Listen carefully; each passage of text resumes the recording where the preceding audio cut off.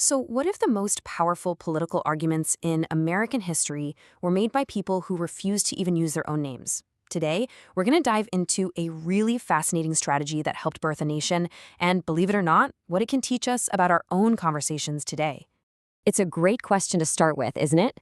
I mean, how can a few guys writing under a fake name over 2 centuries ago possibly have anything to say about our world of 24/7 news and social media? Well, as we're about to find out, the answer is a whole lot, actually.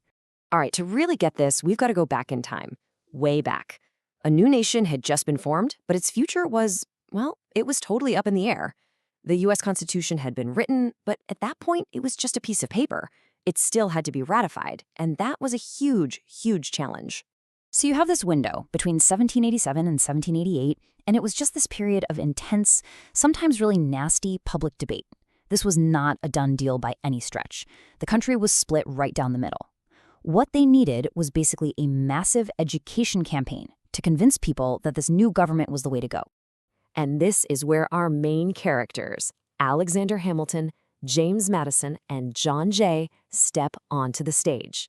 They knew they needed a killer strategy to cut through all that political noise and make the case for the Constitution based on its own merits.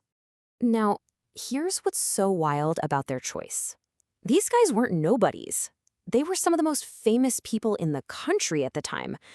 And yet, they made a very deliberate decision to hide who they were and write under one single pen name. And that name was Publius. But look, this wasn't just some clever alias. It was a mission statement. It was a principle in action. The whole entire point was to force the public to engage with the arguments themselves, to judge the logic and the reasoning, not the fame or the reputation of the person who wrote it. So here's the key takeaway.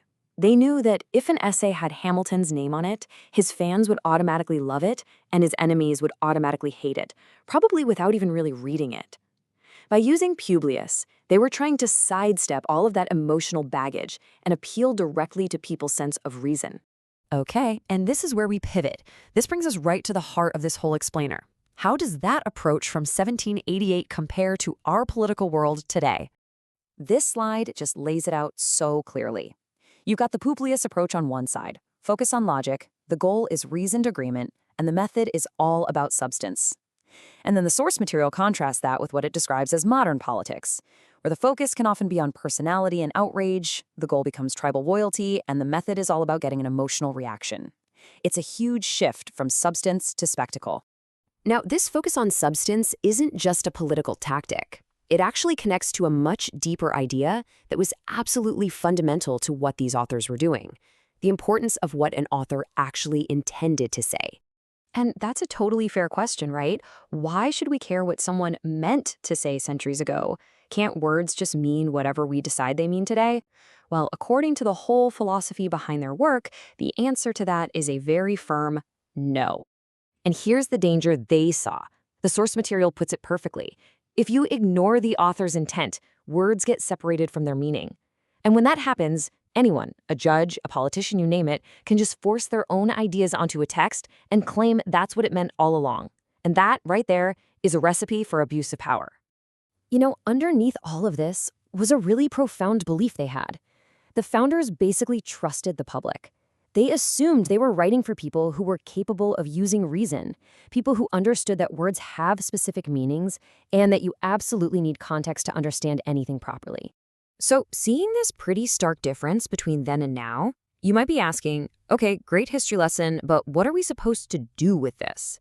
Well, the source doesn't just point out a problem. It actually offers a way for us to apply this Publius principle in our own lives. And here it is, a simple 3-step plan. First, just go beyond the headlines, dig a little deeper.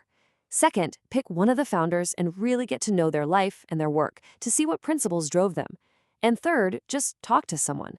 Explain to a friend or a family member why it's so important to care about what an author actually meant for any kind of honest conversation. Which brings us right back to where we started. In a world that is so saturated with personality and celebrity, the real challenge for us is to figure out how can we bring back the value of anonymous ideas, of reasoned debate, of just quietly trying to understand each other. It's a big question, and it's definitely one worth thinking about.